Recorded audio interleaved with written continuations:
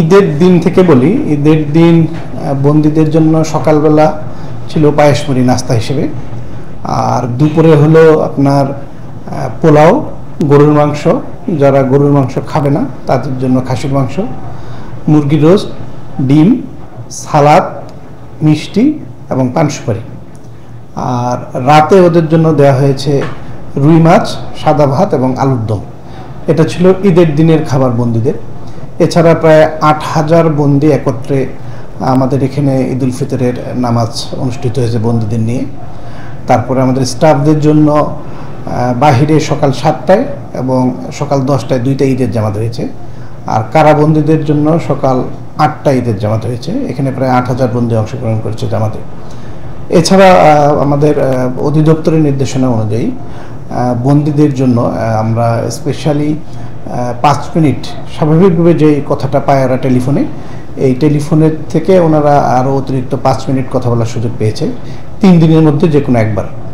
এবং তাদের এই ঈদের দিন, তারপরের দিন এবং তারপরের দিন, এই ৩ দিনের মধ্যে যে কোনো একবার তারা বাড়িতে তাদের স্বজনদের সাথে কথা বলতে পারবে, এই একটা বিষয়। এছাড়া ওদের এই ৩ দিনের মানে ঈদের পরের দিন আজকে আপনার বাড়ি থেকে রান্না করা খাবার ওনারা দিতে পারছে, যেটা আমরা যথাযথ তল্লাশির মাধ্যমে কারা অভ্যন্তরে প্রবেশ করছি ওদেরকে দেওয়া হচ্ছে। এই ছিল ওদের বিশেষ সুবিধা। এছাড়া বন্দীদের জন্য আমরা সাংস্কৃতিক অনুষ্ঠানের আয়োজন করেছি ঈদ উপলক্ষে, তাদের রিফ্রেশমেন্টের জন্য আর কি এটা করা হয়েছে।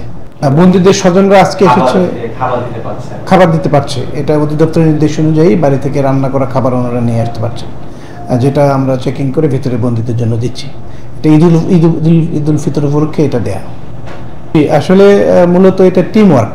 আমাদের আইজি মহোদয় থেকে শুরু করে আমাদের ডিআইজিপি এডিশনাল আইজি স্যার, আমাদের সিনিয়র জেল সুপার মহোদয়, জেলার, ডেপুটি জেলার এবং আমাদের কারারক্ষীরা সকলে মিলে এটা একটা টিম ওয়ার্কের মাধ্যমে এটা সম্ভব হয়েছে। যেহেতু ৫ আগস্টের আগে আমরা এখানে ছিলাম না, তো ওই পরিস্থিতি কী ছিল আমরা বলতে পারছি না। তো আমরা এসে যেটা পেয়েছি সেখান থেকে ধরে আমরা পরিবর্তনের চেষ্টা করছি।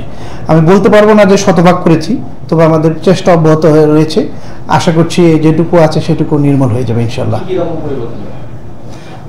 যেরকম আমরা বলি যে ওদের বন্দীদের যে প্রাপ্যতা, জেল কোড অনুযায়ী যে প্রাপ্যতাটা, সেটা আমরা শতভাগ নিশ্চিত করার চেষ্টা করছি। তারপরে আমাদের একটা গতানুগতিক একটা কমপ্লেন রয়েছে অনেকেরই, যে ক্যান্টিনের মূল্য, ক্যান্টিনের খাবারের মূল্য, সেটা আমরা নির্ধারিত করে দিয়েছি বাজার মূল্যের সাথে। খাবারের মানটা ঠিক করেছি, খাবারের মান তাদের প্রাপ্যতা অনুযায়ী যেটা পায় সেটা শতভাগ নিশ্চিত করছে, মানটা নিশ্চিত করার। তারপরে কারা অভ্যন্তরে যেন অবৈধ দ্রব্য প্রবেশ করতে না পারে সেটা তল্লাশি করা হচ্ছে যথাযথভাবে।